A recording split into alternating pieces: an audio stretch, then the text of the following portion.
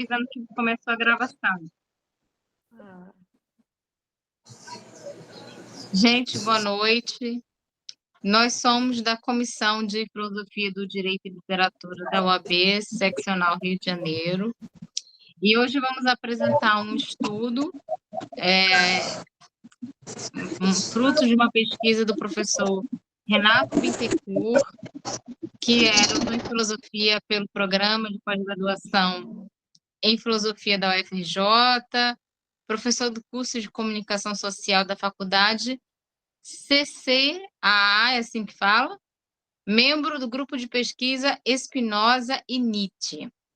E ele vai falar sobre as profundezas do ressentimento ao sublime amor crístico. Dostoiévski e Nietzsche. Com a palavra, o professor Renato. Olá, boa noite. Quero agradecer profundamente o convite de vocês para estar aqui com vocês nesse momento. Agradecer a doutora Elane, agradecer a minha querida amiga Aline, a todos vocês presentes e ao público que vai assistir depois, que esse é o lado bom, né? É um evento agora atual, mas que depois as pessoas podem acompanhar o conteúdo. Essa pesquisa me é muito cara, porque eu trago esse debate para não só no campo da filosofia, mas de fato para a psicologia, para a teoria da religião. E minha tese de doutorado, ela fez várias articulações entre Nietzsche e Dostoiévski. Então, qual seria o grande foco? Dostoiévski não foi só um romancista, só um escritor, foi um psicólogo das profundezas. Nietzsche fala isso. Nietzsche coloca claramente que Dostoiévski é um psicólogo das profundezas. Que sentido quer dizer? Que profundezas da nossa alma apresenta não a vida de maneira azul, né, como Nietzsche sempre destaca na geologia da moral, mas de forma cinzenta, nebulosa, e vermelha também, sanguínea. Ou seja, é o ser humano no seu recôndito mais terrível. O mundo de Dostoiévski é um mundo ambivalente, né? Ao mesmo tempo que existe a culpa, existe a redenção. O próprio Crime e Castigo é uma obra que vai para esse caminho.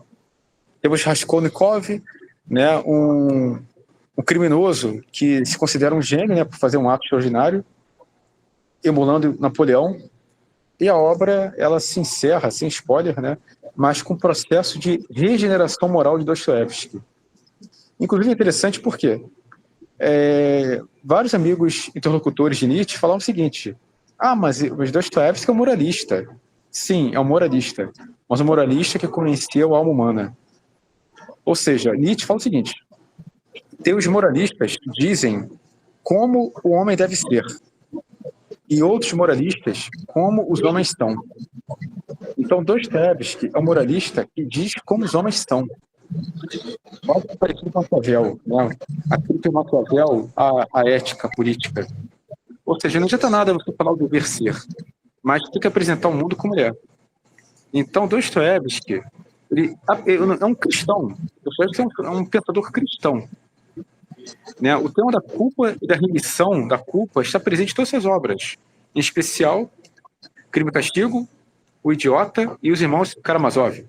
Né? São obras que influenciaram muito Nietzsche, na geologia da moral e no seu Cristo. Então, a figura do Cristo, em ambos, ela é uma figura extramoral, uma figura imanente. Há uma carta de Dostoiévski, acho que de 42, que ele fala o seguinte, que não há nada mais vigoroso, nada mais profundo, sublime do que Cristo. Ele preferiria, se pudesse escolher entre o Cristo, e se Cristo não estiver com a verdade, ele prefere Cristo à verdade. Ou seja, isso é uma leitura extramoral, que Nietzsche, de uma forma, segue no seu Anticristo. O Nietzsche no Anticristo, uma obra final, de 89, Nietzsche no Anticristo, ele apresenta o tipo psicológico do Redentor. Ou seja, uma figura pautada não na noção de além-mundo, de transformação do mundo em vista de um bem transcendente, O Cristo em Nietzsche nada mais é do que a afirmação incondicional do amor, da alegria, da conexão do homem com Deus. Para Nietzsche, e coloca isso muito interessante, para Nietzsche, somente a prática evangélica conduz a Deus. Isto é, ela é Deus. Ou seja, para Nietzsche, Deus, esse Nietzsche cristólogo, esse Nietzsche filósofo da religião, Deus não é um ser, Deus é um estado de consciência, um modo de ser. Um modo de ser pautado pela capacidade humana de não viver no ressentimento. E vamos lá. Tanto Dostoiévski quanto Nietzsche são pensadores do ressentimento. Volta aqui uma obra seminal de Dostoiévski, Memórias do Subsolo. É o típico personagem ressentido. O protagonista não tem nome. Tá? É o típico personagem ressentido.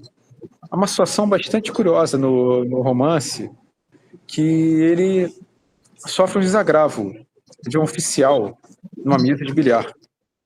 O oficial praticamente empurra ele para o lado e ele fica muito chateado com isso. Né? E está atrapalhando o jogo. E essa personagem, ela maquina.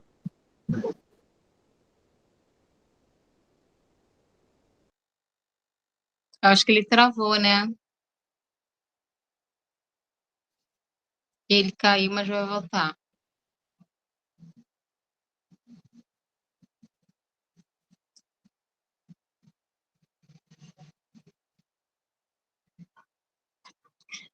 Ai, gente, essa coisa de estudar a literatura como método, né, de compreensão do direito é fascinante, né? E o interessante, assim, desse texto, né, é que ele coloca, assim, ele faz uma simbiose entre um filósofo e um grande escritor. Que na filosofia tem essa discussão, né? A filosofia, ela é uma disciplina teórica. Ela não pode ser ela não pode ser considerada literatura. Então, literatura é literatura e filosofia é filosofia. Tem uma colega que ela tá com uma dissertação que ela quer comprovar que há determinados tipos de literatura que são filosofia. E aí é a dissertação dela, né? A defesa dela. Como, por exemplo, o Camus, né? Camus, por exemplo, ele era um filósofo do existencialismo, né? Ele apregoava o existencialismo, mas, ao mesmo tempo, ele escrevia romances, né? Porque, assim, a diferença é que o romance, ele usa, né, o imaginário, e a filosofia, ela tece uma teoria. E aí tem esse embate. E a gente não, a gente é o contrário, a gente tenta utilizar justamente a literatura como uma ferramenta de compreensão do direito, justamente por conta dos seus fatores, né, que são apresentados. Ele está falando de Dostoiévski aí, a compreensão de valores morais, sociais, né, a formação do caráter dos personagens de Dostoiévski, né? Essas coisas assim que nos levam a essa reflexão, que a gente não consegue através de nenhuma disciplina do direito, né? Deveria existir, eu acho que deveria ser obrigatório, direito e literatura, assim, nas universidades. Infelizmente, não é. Então, a gente está fazendo aqui uma coisa que eu considero, assim, bastante inovadora. E espero que a gente consiga se perpetuar aí para além dessa gestão de 2024. Estava falando para a Elaine, não, a gente tem que conseguir, gente, né? Porque a gente faz sempre evento, a gente está sempre, né, estudando os textos. É A gente só faz tudo a Elaine bonitinho. continuar, né? Aline, eu acho que o professor vai ingressar novamente. Eu acho que ele está aí. Já está aí. Chegou, professor. Maravilha. Estamos falando de você. Esse espaço é muito bom, porque o filósofo é isso, né? Dissemina ideias. Aline arrasando. Muito bom. Professor voltou. Queridas, olha só, me desculpem. O celular ligou superaquecimento. Aí, como eu não cliquei, falei, que isso?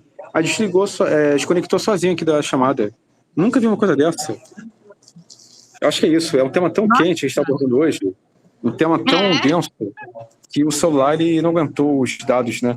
Mas, queridos, perdoem, tá? Porque eu sei que atrapalha um pouco aí a logística, mas são as contingências. Tanto Dostoiévski quanto Nietzsche. Máquinas, hein? Exatamente. Não, e assim, poxa, eu tô seguindo tão bem o cadeamento, mas vamos lá. Estava falando sobre Memória Subsolo, que é uma novela, né, curta do Dostoiévski, mas é uma obra muito profunda, que justamente trata dessa psicologia da alma, essa psicologia, né, do ressentimento. Então, o personagem, esse personagem, ele por muito tempo sofre no seu ânimo a incapacidade de ter uma resposta à altura do oficial que o ofendeu, tá? Ele pensa o seguinte: o que eu posso fazer? Ele chega a delirar, chega a ter febre. Isso aí vem a questão psicossomática do ressentimento. A questão psicossomática do ressentimento. Como que um fato tão desagradável pode prejudicar, né, o seu ânimo. E depois de quase 6 meses, ele encontra uma situação razoável para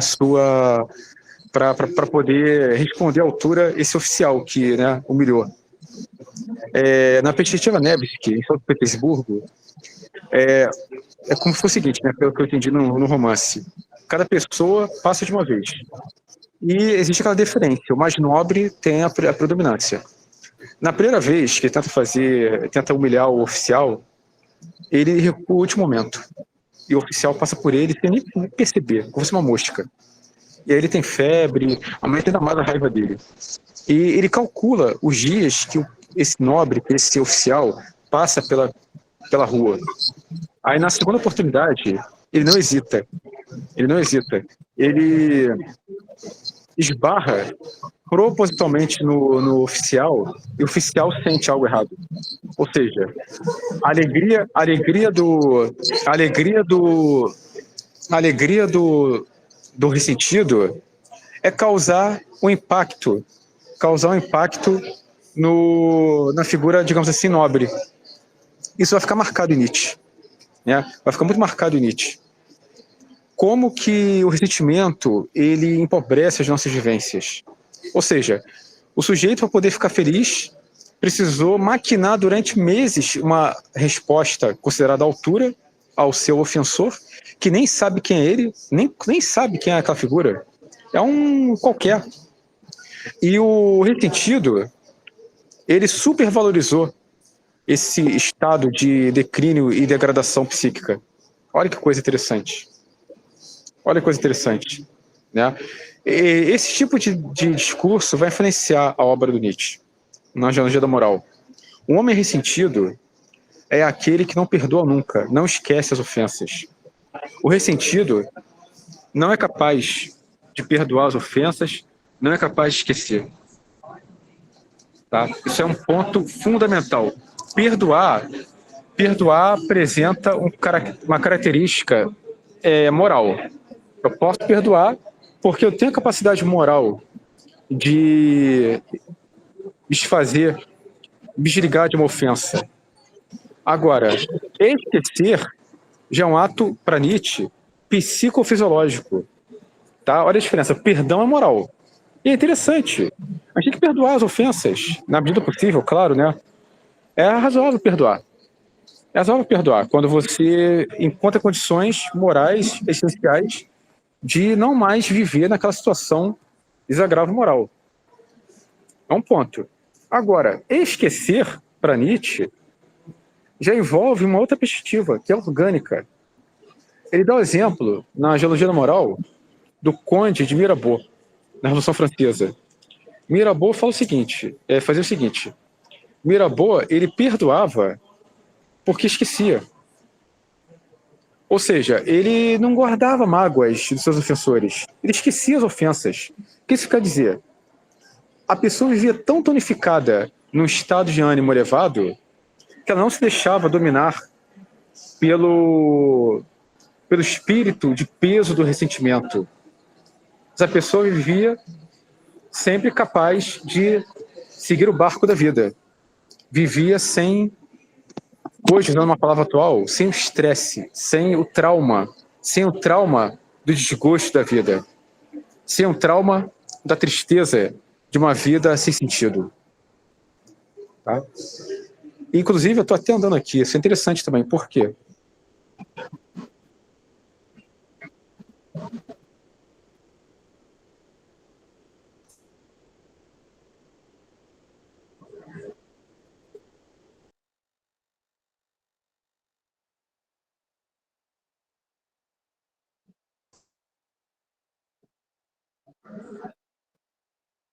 Parece que ele está voltando já.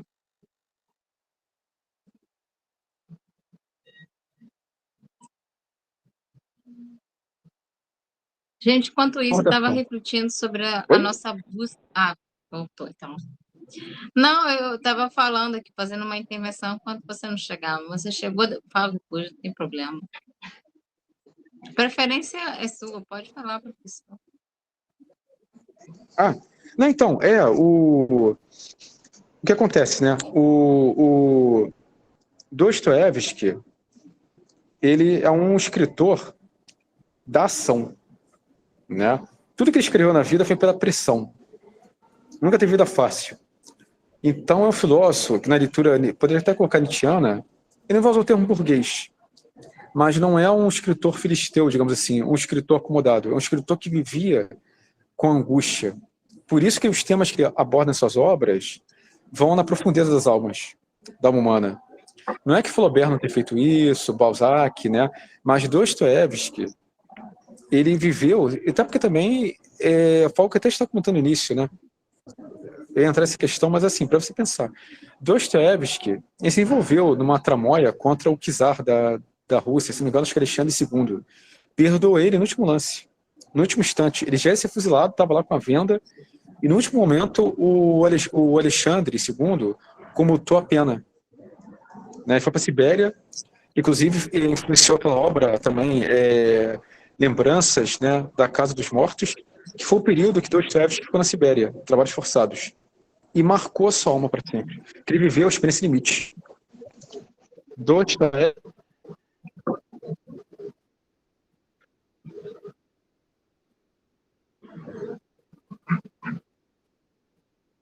viveu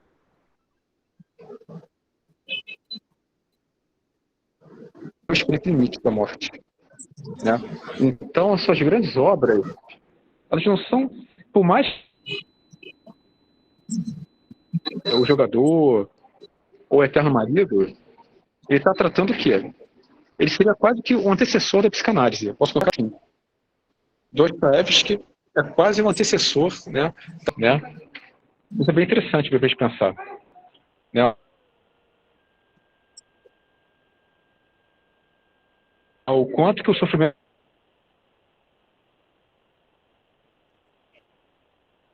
psíquico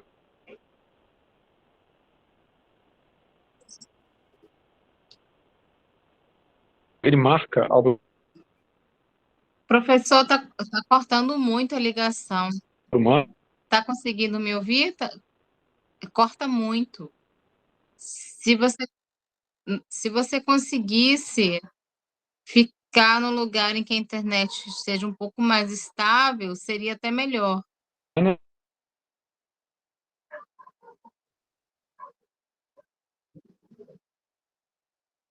Vou mandar mensagem para ele aqui, peraí. Soluções para a vida humana. Não há solução. É um mundo sem redenção. É um mundo da contingência de um... Melhorou?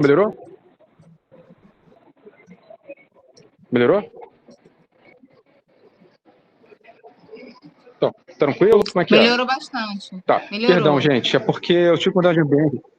Então, eu tava no espaço ótimo aqui, mas aí os colegas começaram a falar alto, eu tive que sair, né? Porque senão... Né, prioridade das conversas e não das palestras, infelizmente, né? Nosso mundo filisteu acadêmico. Bom, então eu vou retomar o que eu estava falando. a parte mais crucial disso. Dostoiévski, assim como Nietzsche, eles estão pensando o quê? Estão pensando não o homem como ele deveria ser, mas como ele é. Então, essa psicologia das profundezas envolve o ódio, a vingança, o ressentimento, que são afetos prejudiciais, são afetos deletérios, mas existem. Você não vai curar, na leitura de Nietzsche, por exemplo, e Dostoiévski, você não vai curar esses efeitos ruins, digamos assim, de maneira transcendente, mas é na imanência. Então, daí a importância, eu até já coloquei em vários artigos, abordando a obra de Nietzsche e Dostoiévski, a importância do caráter psicofisiológico. Tá? O elemento psicofisiológico é fundamental para a gente pensar. A gente tem uma vida considerada saudável, não por um resgate moral, espiritual, mas por uma capacidade orgânica de superarmos as nossas próprias limitações existenciais e seguirmos a vida como ela é, nas suas contradições e intensidades. Tá? O primeiro ponto. Tudo bem até aí, gente? Tudo bem, a gente só perdeu um pouquinho a sua fala, um pouquinho anterior quando você retornou a falar, que cortou muito, mas eu acredito que tenha dado para entender bem, assim. Não, eu voltei, Aline, tá? O que eu tinha falado eu voltei. Voltou, né? Foi justamente o seguinte, para dar o salto qualitativo agora, né? Então, assim, tanto Dostoiévski quanto Nietzsche são filósofos, pensadores que propõem uma cristologia da imanência, tá? Como eu falei no início também, que Dostoiévski vê em Cristo não ser suprassensível, mas ele está enraizado em nós. Ou seja, todos nós temos um pouco de Cristo. Na leitura de Dostoiévski e de Nietzsche, Cristo seria o quê? Um idiota, que não tem nenhuma visão pejorativa, tá? Idiota, na visão grega, daquele que não reconhece o mundo concreto, o mundo político. É a figura que está fora do espaço político. Tá? Para os gregos, vejam bem, para os gregos, havia sim um elemento pejorativo, sim, idiota. Mas tanto Nietzsche quanto Dostoiévski pensam como característica psicológica. Não é o idiota que a gente fala hoje, né? A pessoa tola, boba, nada disso. O idiota, na leitura de Dostoiévski e Nietzsche, é aquela figura que vive no mundo, mas sem pertencer ao mundo. É como se ela flanasse pelo mundo. Ou seja, ela não tem controle pleno dos fatos do mundo. E é isso que está a sua grandeza, a sua beleza, a sua magnitude. Porque ela não se deixa dominar pelas maquinações humanas, pelas manobras, né, das picuinhas, todo tipo de vida miserável. É o caso do príncipe Mishkin, no Idiota, né? O próprio romance, o calhamaço, o romance Idiota. Príncipe Mishkin, ele inclusive ficou, né, a obra, na narrativa, ele ficou internado no sanatório na Suíça por muito tempo, voltou a conviver com sua família, muitos oportunistas, e aí ele também é epiléptico. E tem uma cena que Dostoiévski, eu falando aqui de memória, ele fala sobre a experiência da epilepsia como algo sublime. É como se fosse a conexão do homem com o sagrado em um instante mágico. É interessante, assim, eu nunca passei por uma situação dessa, acho que não sei se vocês, né? E ele dá uma leitura bastante sublime da vivência da epilepsia. Então é como se, naquele momento de instantes, o ser humano alcançasse o sagrado. Uma experiência não transcendente, não transcendental, mas uma conexão com o divino dentro de nós. Ou seja, é o instante eterno de Nietzsche. Olha a conexão. Então, o príncipe Mishkin é o idiota epiléptico. É aquele que, então, nesse momento, ele vê uma luz nova. Ele vê a realidade além das categorias espaço-temporais. É muito interessante.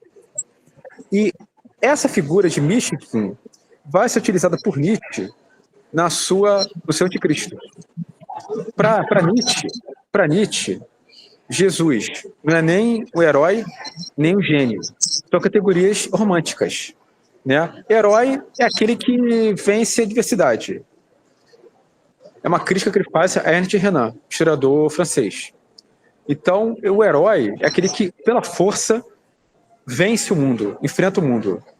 E o gênio é aquele que, pelo intelecto, capta a realidade de maneira conceitual ou abstrata. Para Nietzsche, não. Jesus não é nem gênio, nem herói. É um idiota, justamente. Ou seja, é aquele que propõe a paz, o amor, o perdão, mas ele próprio vive num mundo que não tem paz, não tem perdão, não tem acolhimento. Ou seja, ele não reconhece, Jesus não reconhece a ordem mundana. Então, por isso ele é um idiota. Na verdade, o caráter idiota de Jesus é um caráter sublime, ou seja, elevado. Tá? Essa, então, seria a grande questão que Nietzsche vai abordar, vai chancelar no seu Cristo, que é algo muito insólito. Porque qual a leitura que nós temos? Que Nietzsche é um defensor do anticristianismo, é contrário a Jesus. De fato, Nietzsche apresenta em suas obras várias objeções a Jesus. Mas é no Anticristo que Nietzsche apresenta a sua leitura mais interessante, mais profunda. Jesus, o Cristo, né, foi aquele que demonstrou, por sua prática evangélica, pautada no amor, no perdão, no acolhimento ao próximo, que Deus está entre nós. Deus não é uma figura transcendente. Deus é imanente. É uma experiência monista. Eu e o Pai somos um. Né? Só que o que Nietzsche vai dizer? O cristianismo nunca aplicou o que o próprio Jesus fez. Né? O cristianismo, que seria uma prática anti-ressentimento, na verdade, expressa o próprio ressentimento. Por quê?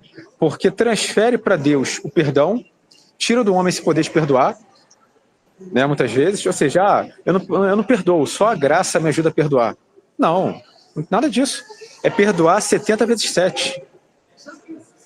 Valoriza uma prática do ressentimento, porque o ressentimento, ele impede você de esquecer as ofensas. Então, o que a gente vai dizer? Cria-se todo um imaginário, cria-se todo um discurso imaginário para, ou seja, céu para os bons, infernos para os pecadores. Cria-se todo um discurso de punição daqueles que não cumprem o papel estabelecido pela igreja, pelas normas eclesiásticas.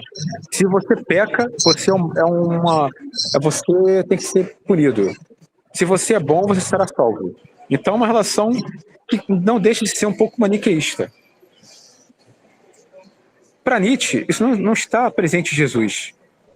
Jesus, no momento, prometeu salvação eterna, nada disso. Ele só queria o quê? A paz do instante. A eternidade, a beatitude do instante. Isso é a praxis crística. Isso é o amor crítico. Amar de maneira incondicional. Perdoar de maneira incondicional. Tanto que, para Nietzsche, a experiência da cruz é a experiência mais sublime que existe. Nietzsche fala o seguinte, que Cristo na cruz é o símbolo mais sublime que existe. Mas agora, quem é capaz de repetir essa experiência? Cristo perdoou todo mundo. O seu ofensor não imprecou contra a vida, não imprecou contra a existência. Pelo contrário, afirmou a existência. Para Nietzsche, então, haveria um elemento aí de amor fático na cruz. Amor ao destino. Amor à vida como ela é. É interessante, é um ponto capital na filosofia trágica de Nietzsche. O amor à vida como ela é. A vida é trágica, a vida é dolorosa. Você não tem que escolher, tem que ver a vida como ela é. E Cristo não abriu mão da sua dor em nome de uma causa maior, em nome de suposta causa transcendente. Cristo viveu a vida intensamente. Intensamente como um ato, um processo existencial, não moral, de viver a vida conectado a essa ideia monista de que Deus está dentro de nós. Deus está em nós.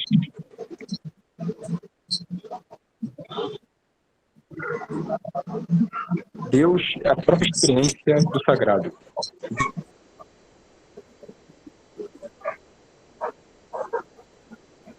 Deus é a própria praxis evangélica.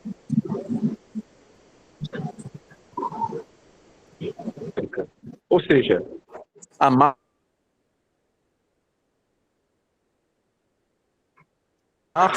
acolher, tolerar e não imprecar contra a realidade. Não imprecar contra o mundo.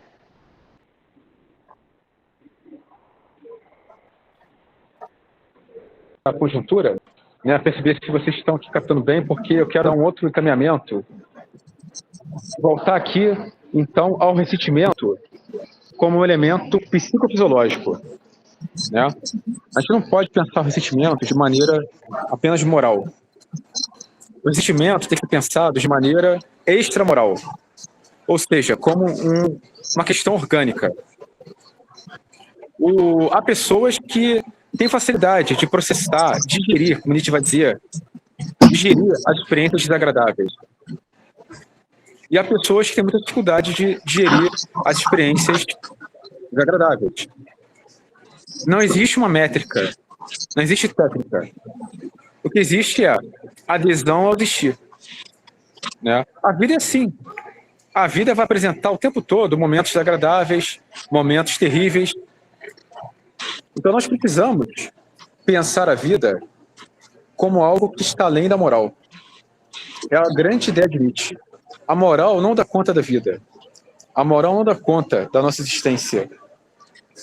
A moral é apenas uma criação humana, histórica, situada, e a vida é um fluxo que tem que ser vivenciado, vivido, experimentado, de forma que não exista imprecação contra as coisas que, porventura, não correspondem às nossas expectativas.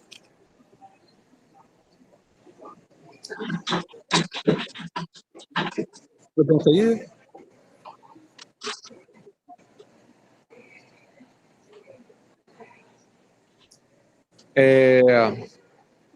Então, voltando aqui à tabelinha, Dostoiévski e Nietzsche. O que é interessante, então, é que Nietzsche vai justamente enfatizar uma coisa interessante, tá? Nietzsche era grande crítico da cultura alemã da sua época, considerada pesada, muito metafísica. Nietzsche também defende a literatura francesa pelo refinamento estético. Mas é interessante o seguinte, que Nietzsche, os grandes autores russos, que de fato ele cita com vagar, ele detesta, que é Tolstói, considera moralista. Dostoiévski também é um moralista, mas é um moralista que não está propondo um mundo melhor. Isso é o lado mais complicado também, talvez, para a nossa leitura hoje, né? Dostoiévski, mais uma vez, está falando o nome como ele é. O Dostoiévski, ele não exorta o homem, ele não é um apólogo, um apóstolo da virtude, como o Tolstói. Tolstói era um grande anarquista cristão. Dostoiévski, não digo que descambe para o niilismo, né? Mas é um autor que apresenta, então, essa realidade psicológica do homem como o horror, como o sofrimento inerente ao existir. Né? Então, nós sofremos, nós amamos, nós temos vazio, nós temos preenchimento, nossa vida é fluida. Dostoiévski é um pensador do devir. Devir, o vir a ser. Né? Porque o mundo que ele demonstra nas suas páginas é um mundo de transformação, um mundo de aceleração, um mundo moderno onde o sujeito não tem mais espaço. A individualidade singular tem mais espaço. Dostoiévski, de seu modo, é quase que um pensador crítico da sociedade de massas, como o próprio Nietzsche. Né? Quem é um indivíduo criativo? Quem é um indivíduo singular? Ele não tem mais espaço. Ele não tem espaço mais nesse mundo administrado, esse mundo ultramoral. Que o mundo moderno, a gente pode pensar, é um mundo laico. Não, é um mundo moral. O mundo moderno, na leitura de Nietzsche, é um mundo moral, muito moral. Só que agora é a moralidade de costumes, a la Kant. É uma moralidade instrumental. Uma moralidade onde o ser humano só tem valor como força produtiva, como força criadora de mercado, de produção, uma vida despersonalizada. Eu queria ver você, gente, eu queria ver vocês também. Até para tornar aqui, então, agora, esse parte final, mais dialética. Aline.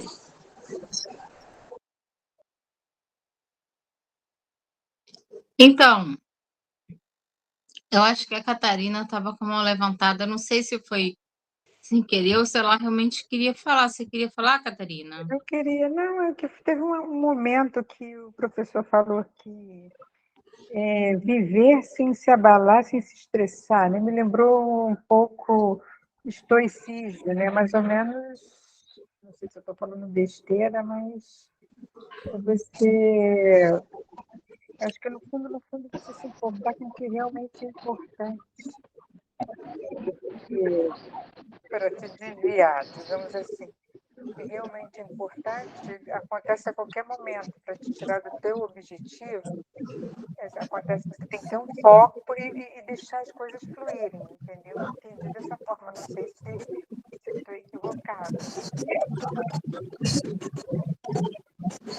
Não, Catarina, esse ponto é fundamental.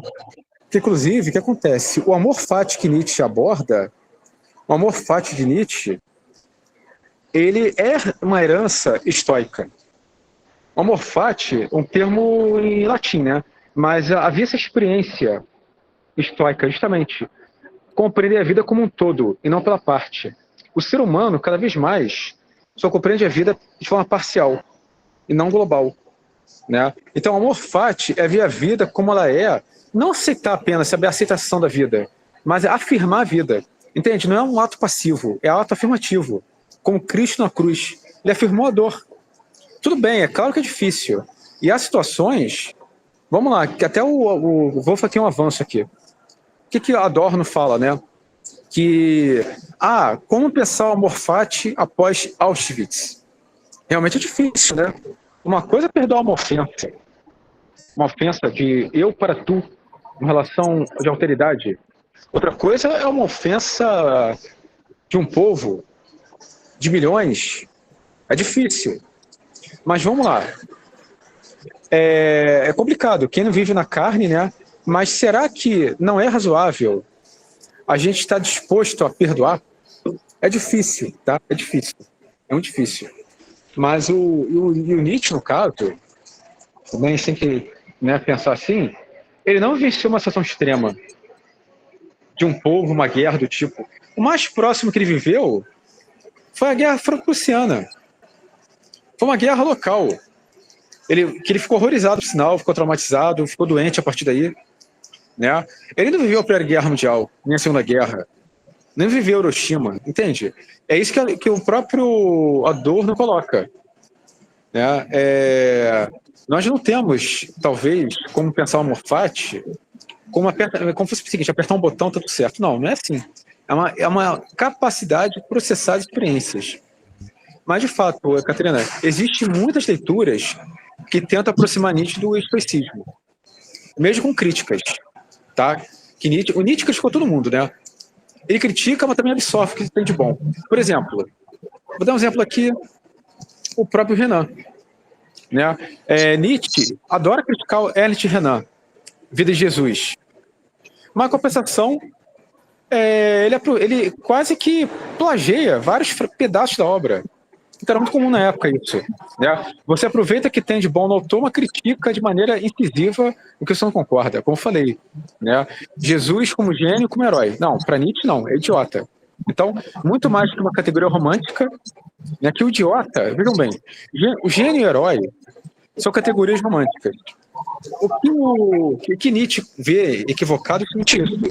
Um anacronismo de Renan. O idiota é uma categoria atemporal. Tá? E mais ainda, o gênio e o herói na cultura grega é diferente do herói do gênio moderno. Entendeu? Em relação à axiologia, em relação ao modo de vida e valores. O herói grego, ele é trágico. O herói grego, ele passa por infortúnio. O herói moderno, ele está inserido o quê? Numa sociedade burguesa, organizada, né? Catarina, você levantou a mão de novo? Diga lá.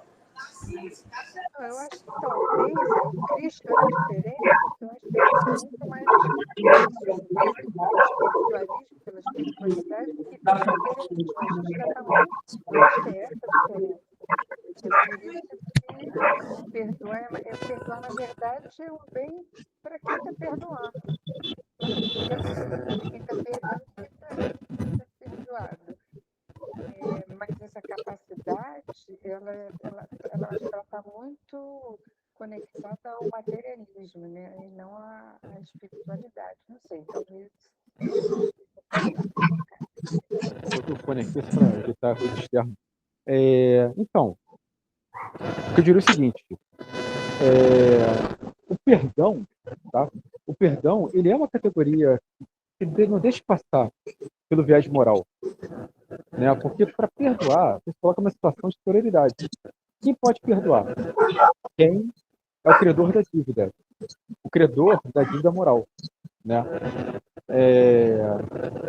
Qual é a leitura de Nietzsche, por exemplo, sobre o perdão crístico? O perdão cristão, melhor dizendo. Ora, nós temos uma culpa infinita, temos uma culpa infinita. Nós temos uma culpa. Então, como que eu posso obter o perdão divino? Sempre me submetendo ao crivo da igreja e dos seus representantes, os sacerdotes. Ou seja, mas é até interessante isso. Porque na igreja católica, por exemplo, você pode, a qualquer instante, obter a confissão dos pecados. Então, é uma relação, muitas vezes, até cômoda, né? Já numa leitura protestante, tradicional, não existe isso. Só que perdoa é Deus. Você não sabe se você vai ser perdoado ou não.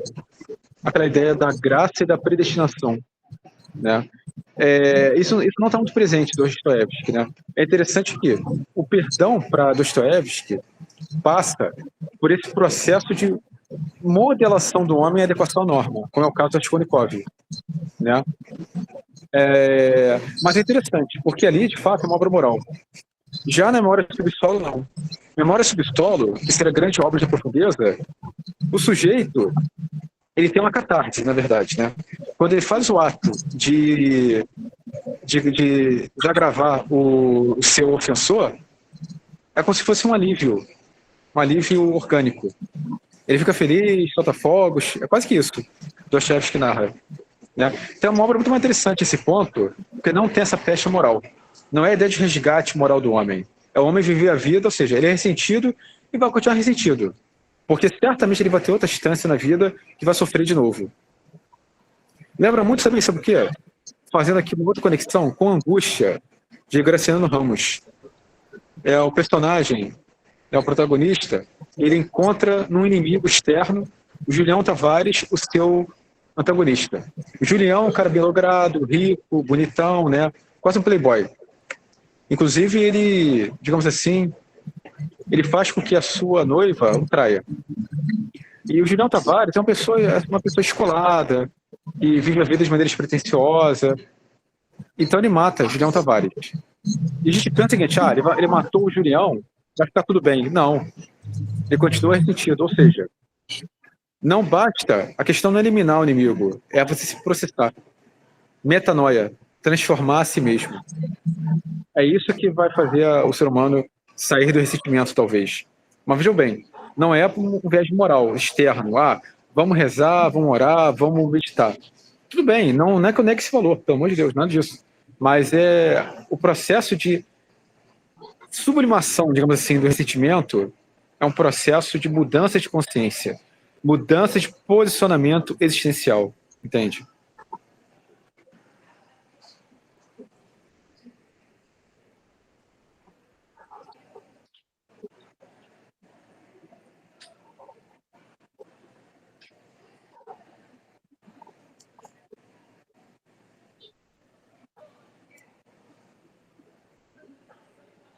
Quero ver vocês também, mais outras questões. Conforme esse vai falando, né, dessa questão dessa imanência e desse processo de mudança de consciência e de transformação, eu penso muito na parte final da obra do Foucault, né, que Foucault também vai um pouco lá em Nietzsche, vai aos negros para pensar aos gregos, perdão, para pensar o cuidado de si, né? Exatamente. Como forma do sujeito se liberar dessa questão dessa moralidade da modernidade, né? Não, exatamente. Tanto que a conexão do cuidar de si com o vigiar e punir, né? Justamente. E o que ele vai dizer? Que os gregos tinham uma dietética. Dietética, não é como a gente pensa hoje, só a questão de alimento. Dietética é todo o cuidado de si em relação ao alimento, à bebida, à sexualidade, aos pensamentos. Ou seja, era uma visão terapêutica da filosofia. Entende? Que hoje a gente tenta resgatar. Existe gente que é contra. Não tem nada de errado nisso. A filosofia não pode perder o caráter terapêutico. Entende? O terapêutico aqui não é você querer mudar o mundo, mas talvez adequar você ao mundo. O mundo está dado. O mundo está aí. Né? Eu não posso achar que eu não tenho a pretensão extraordinária de querer mudar tudo ao meu bel prazer. Eu não posso. Eu preciso ver que as coisas são como elas são. Mais uma vez, amor fati. Mas o cuidado de si é você não moralizar a sua existência. Tudo bem, havia códigos, né? Isso é tão interessante colocar aqui, só uma parte. Segundo a Foucault também, havia um código, né? Um código de outras obras, sobre a questão da homossexualidade grega. Havia um código de conduta, né, em relação ao mestre, discípulo. Era uma relação quase sagrada, né, de você venerar não só a virilidade, mas também a sapiência do mestre. Né? Ou seja, é uma relação pedagógica, uma pedagogia do amor, pedagogia do afeto. Né?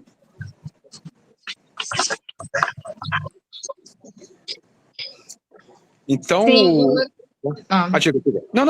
Não, só ia completar. Então, esse cuidado de si, o cuidado de si é uma experiência imanente, totalmente imanente. Que por mais que a gente fale na Grécia, a religião, tudo mais, né, mas isso visa uma transcendência. É uma vida dentro da ordem, do Estado, apolíneo, com as suas escapadelas dionisíacas, né? É o mundo olímpico, da harmonia, do cosmos.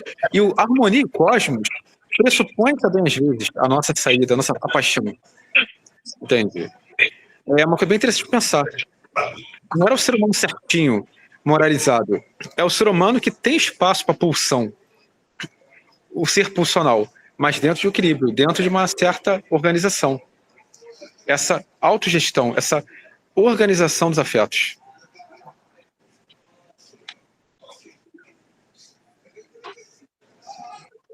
Não, o que eu acho interessante que eu ia comentar com você, que essa questão ela é bem delicada e ela pode nos levar a um processo assim catártico, né? Nós mesmos aqui, enquanto debatemos, que é o seguinte, que quando a gente percebe que a gente está se deixando afetar pela angústia, né, e entra nesse esquema existencialista, a gente se afasta muito do mundo da vida, né? A amargura ela faz com que você se torne uma pessoa com elementos vis predominantes. Até aí tudo bem, né? Nós podemos dizer assim, utilizando outros autores filosóficos, que esse homem só tem a visão de caminho para a morte. Ele não está mais interessado em viver. Ele sabe que o único caminho, ou ele pensa assim, que o único caminho que ele pode percorrer é até o seu fim, né? A morte.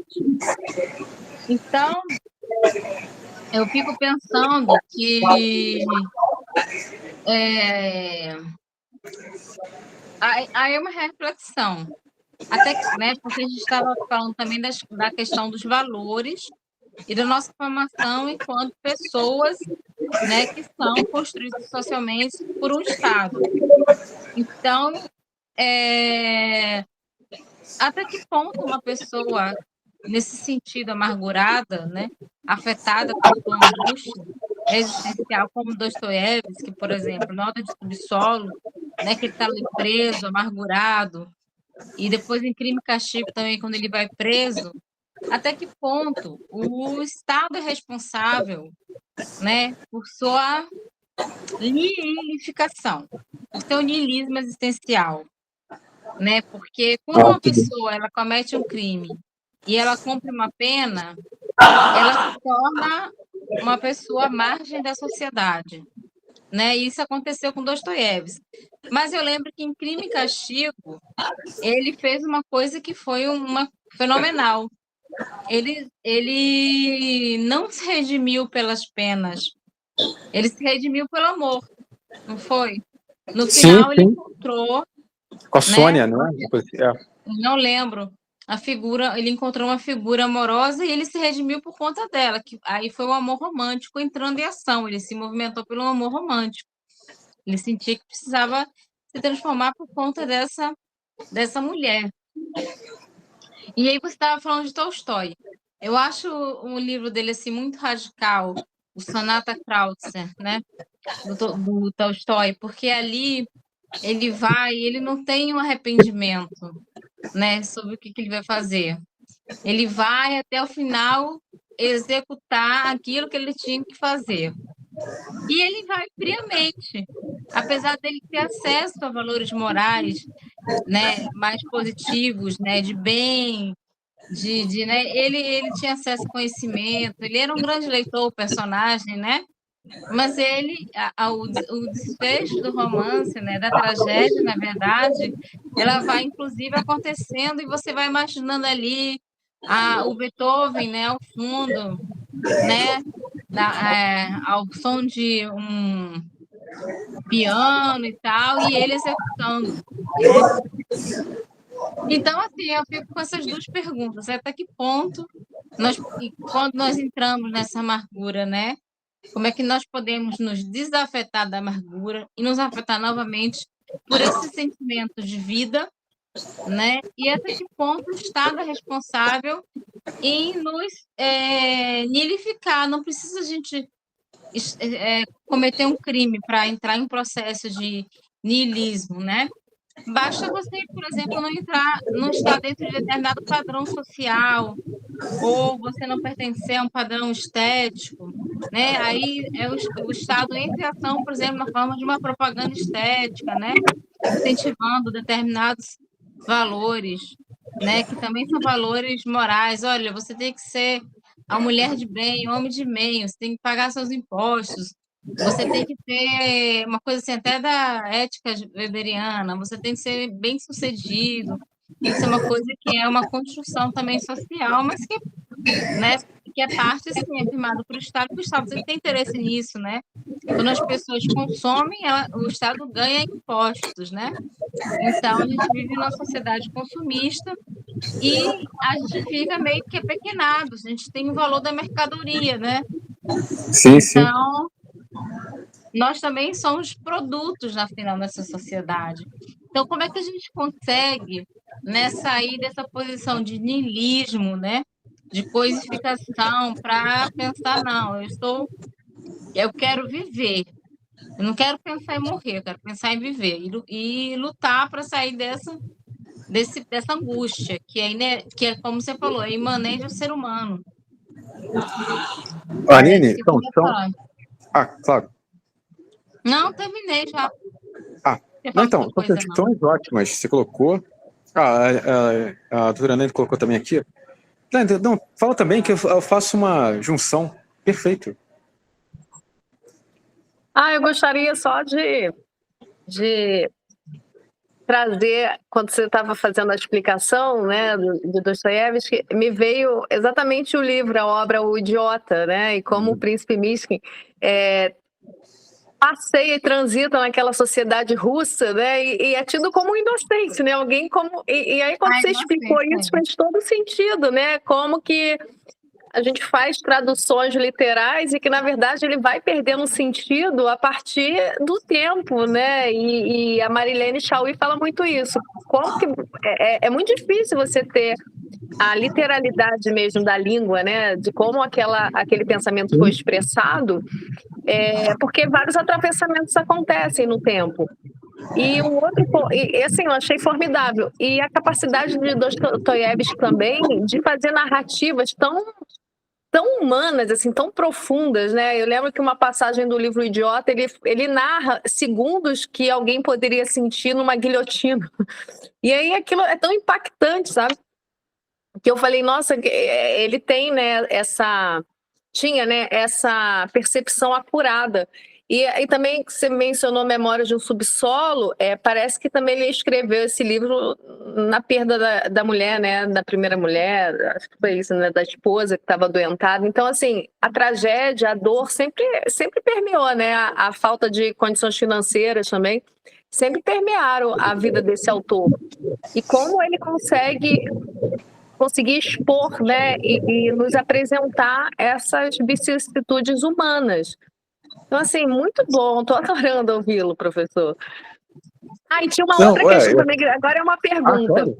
Essa ideia do eterno retorno de Nietzsche, né, que também Nietzsche é um autor muito complexo.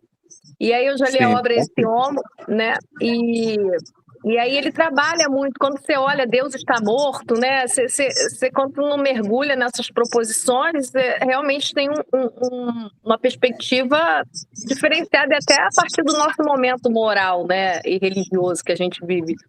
Mas ele nos provoca realmente o avesso, né? Eu acho que isso é a singularidade de Nietzsche. Mas tá bom, assim, não vou falar mais nada não, porque assim, eu escuto o professor e eu vou lembrando das coisas. Muito obrigada. Não, mas vamos depois poder marcar, Anny, a gente pode até marcar depois aí pelo Júris Drama, em junho, um debate literário, hein? Vamos pensar. Sim. É uma possibilidade. Não, mas eu quero pegar esse gancho, tanto que a Nina destacou, como também a Elaine. Vamos lá. Eu sempre sou muito assim, sabe? Eu pego pelo final e vou pelo início. Então, o que a Nina destacou é sobre o eterno retorno e, sobretudo, também essa vida dura digamos assim, vida dura e da dureza, olha o trocadilho, né, do Dostoiévski. Isso é um motor, muitas vezes, que hoje, quer ou não, a gente é uma cidade mais organizada. Na época dele, não. Na época dele, o escritor, ele ou era jornalista, muitas vezes era advogado também, né? Até filósofo, eventualmente, mas também ele tinha uma segunda profissão. Dostoiévski não viveu só para literatura. Ele veio disso, né? Então, isso é interessante, que ele traz, de fato, essa amargura da vida, as dores, de uma forma cáustica. Tudo nele é muito cáustico, sabe? É o tragicômico. Eterna Maria é uma obra tragicômica, por exemplo. O próprio Mishkin, né? Que o Mishkin, então, até analisando a ideia do idiota, em grego é idios, né? É próprio, singular, particular. O que seria o idiota mesmo, né? É aquele que tem um mundo próprio. Então, realmente, né, até que você percebeu também, ele flutua no mundo. Ele está no mundo, vive no mundo, mas não pertence ao mundo. E as pessoas aproveitam isso, né? Porque ele é um cara rico, né? Atrapalhado, mas rico. E, é claro, é o oportunismo da vida. Porque as pessoas que estão no pé no chão, enraizadas, elas conhecem os códigos do mundo, né? O eterno retorno realmente é muito complicado. Para Nietzsche, não fica muito claro, né, se é uma questão cosmológica ou uma questão ética. Eu diria o seguinte, eu diria que seria muito mais ético que aspecto. Se você afirma a vida, que é difícil, realmente, claro, muito difícil. Afirmar a vida é tudo aquilo que acontece, nem bom nem mal, é necessário. Entende? Nada é bom, nada é mal, tudo é necessário. Então, você está disposto a isso? Na verdade, ele coloca você, digamos assim, no precipício, no abismo, olhando o abismo. Até a metáfora, né? Se você olha para o abismo tem olha para dentro de você, né? Então, o eterno retorno é um pouco disso. Você estaria disposto a retornar o desagradável também, o horror? Que a gente quer a seletividade, né? Eu só quero aquilo que é bom, aquilo que me agrada. Aí hedonismo. Nada contra, pelo amor de Deus, nada contra hedonismo. A gente quer prazer. O mundo hoje é puro hedonismo. O mundo hoje é um mundo que não tem espaço para ter retorno, né? Não é um mundo trágico, é um mundo linear, um mundo organizado. Mesmo o mundo precarizado hoje que a gente vive, neoliberal, digamos assim, né, tudo mais, uberizado é um mundo organizado, que ele já tem uma estrutura montada. Você nasceu numa sociedade e já tem uma previsão de ser aquilo que, né, a sociedade espera de você. E aí conecta com o que a Nietzsche destacou. Né? Para Nietzsche é o seguinte, Nietzsche é crítico do Estado, mas Nietzsche não é, né, não é anarquista, né, ou seja, nem comunista, nada disso, nem liberal. Ele critica o Estado por quê? Porque o Estado ele é uma máquina fria, um monstro frio, que não vai dizer no Zaratustra, né, que impede o florescimento das nossas pulsões mais criativas. Mas, por outro lado, é interessante. O que ele vai dizer? Que o Estado ajuda, é um pouco hobbesiano isso, ajuda a regular esses afetos cáusticos do homem que poderiam gerar o quê? Desordem. Então, por exemplo, Nietzsche, ele não vai defender, por exemplo, né, faça o que você quiser, né, igual a lei de Telema, né, total dentro da lei. Não, faça tudo o que você quiser. Isso aí é adesão aos afetos mais imediatos, para Nietzsche, é decadência, né? Decadência, não é sinal de grandeza. Ele vai até falar sobre jardinagem das paixões. Eu preciso jardinar as paixões. Então, por exemplo, eu tenho um impulso. Qual é a tendência? Agir de forma impulsiva. Não, eu tenho que refletir primeiro. Entendeu? Eu tenho que jardinar esse afeto, torná-lo palatável, para mim e para o mundo. Então, agir por impulso não é um ato criativo. É até algo muito interessante que ele coloca. E sobre o Estado também, Anine, outro ponto é que Nietzsche vai falar o seguinte: sociedades bem logradas, na antiguidade, por exemplo, elas toleravam certas ações. Por quê? Porque elas eram fortes. Então, elas poderiam tolerar o crime. A gente poderia até pensar, não, uma sociedade forte vai eliminar o divergente. Não, pelo contrário, tolera o divergente.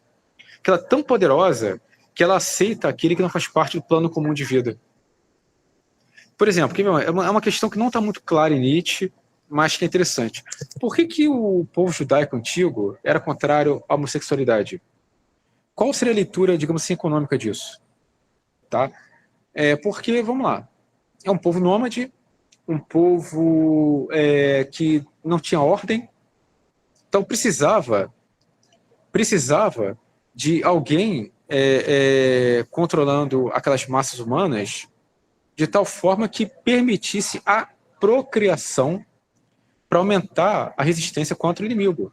Vamos lá, o tempo todo Israel está enfrentando o quê? Os persas, né? Está enfrentando os judeus, perdão, está enfrentando os persas, os egípcios, né? É um povo pequeno, um micro povo. Então, a questão ali não era moral, meramente, era uma questão econômica, militar. Você precisava ampliar o povo, aumentar a quantidade de cidadãos, digamos assim, de membros, para enfrentar o inimigo. Egito era super flexível em relação à homossexualidade. A Pérsia também, a Babilônia também. Parece que a Índia e a China também. São povos bem logrados, enquanto o povo judaico é aquele povo esmagado, oprimido, entende? Até questão alimentícia também. Por que você proibia o consumo de carne e queijo, né? Digamos assim? Tem uma questão econômica, porque não é só metabólica, que de fato, na época, você não preservava bem o alimento, você não tinha como cuidar bem, né, não tinha pasteurização, não tinha nada disso. Mas tem questão econômica, você precisa o quê? Um povo nômade com privação tem que ser frugal. Você não pode exagerar, entendeu? Então é uma leitura que é importante fazer. O aspecto econômico por trás de toda a moral. Sabe? Entende? Então por isso que esses estados antigos eles eram lenientes com o diferente. Por exemplo, você cometeu um crime, paga uma multa, paga uma taxa. Para que eu vou te matar? Você paga uma multa. Vacas, moedas. Para que eu vou eliminar? Tudo é saudável. Saudável de saudar dívida, né? Solvível, melhor dizendo, né? Tudo é solvível, né? Ou seja, o pecado é uma criação moral de povos fracos. A gente pode colocar até assim. É bizarro, né, falar isso, mas é um caminho a seguir, talvez.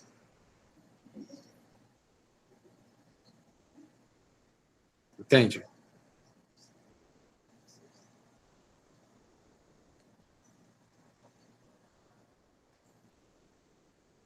Muito bom. Aline, você quer direcionar para ver se tem mais alguma pergunta, se o professor quer fazer as considerações finais? O que você...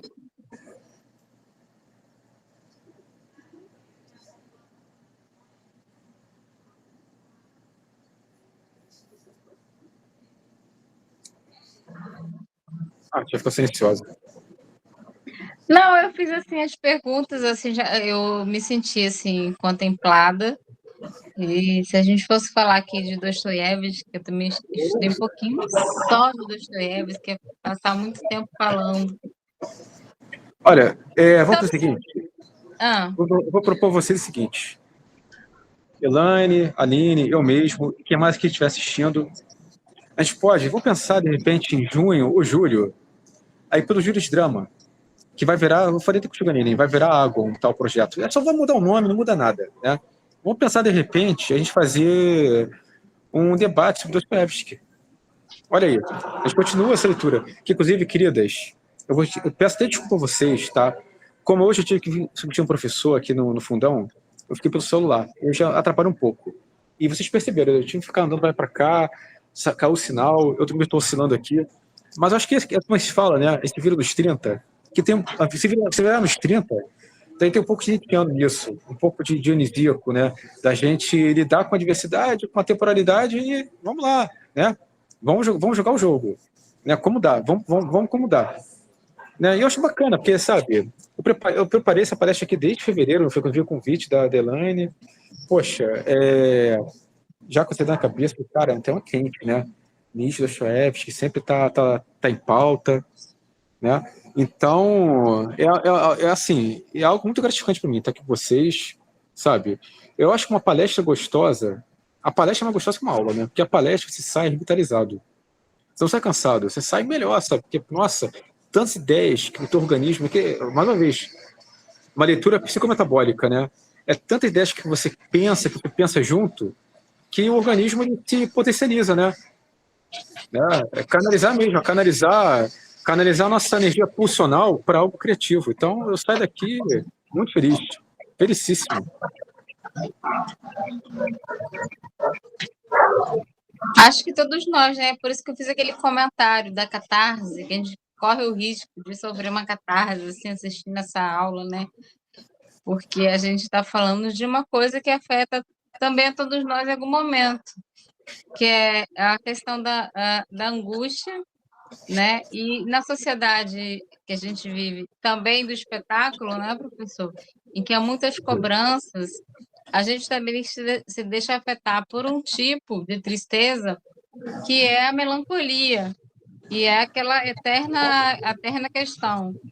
Será que eu deveria? Será que eu poderia ter mudado? Será que eu tomasse aquela decisão diferente? Será que minha vida hoje estaria melhor?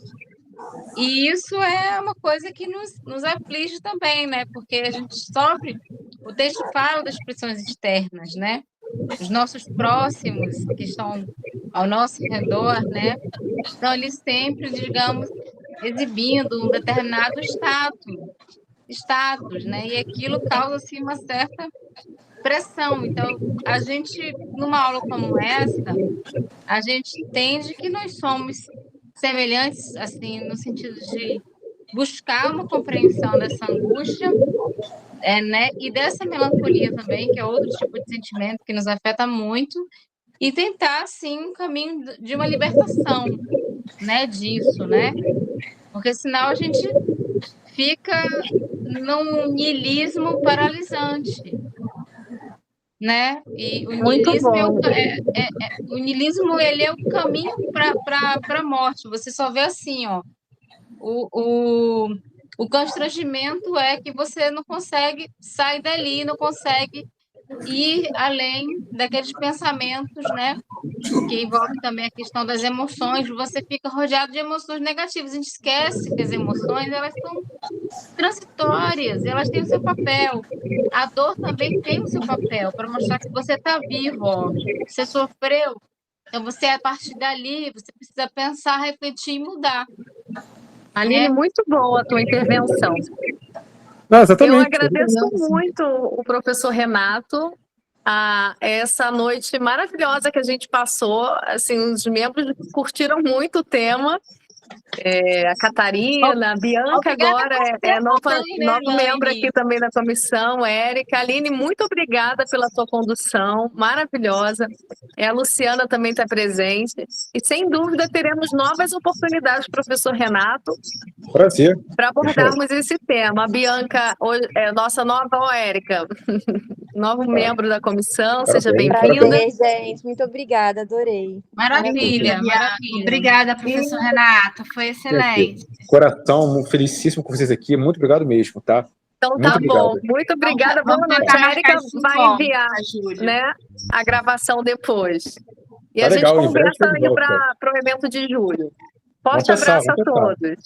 Tchau, Ellen querida. também, Tudo um bom. abraço. Obrigadão, Tchau, obrigadão. tchau.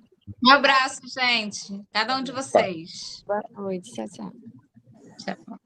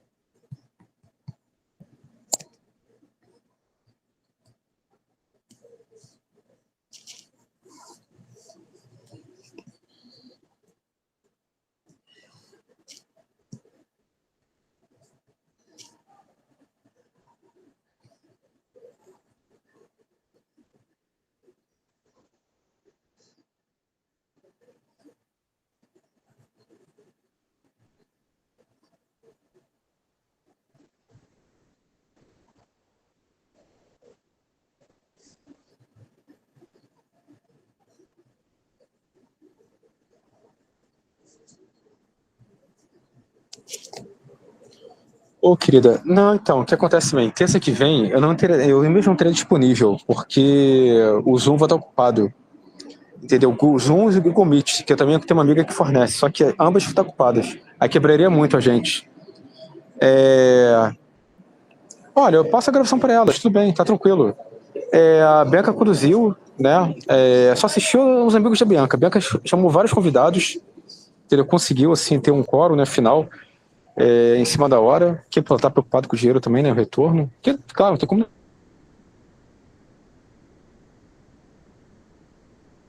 negar, né. Ó,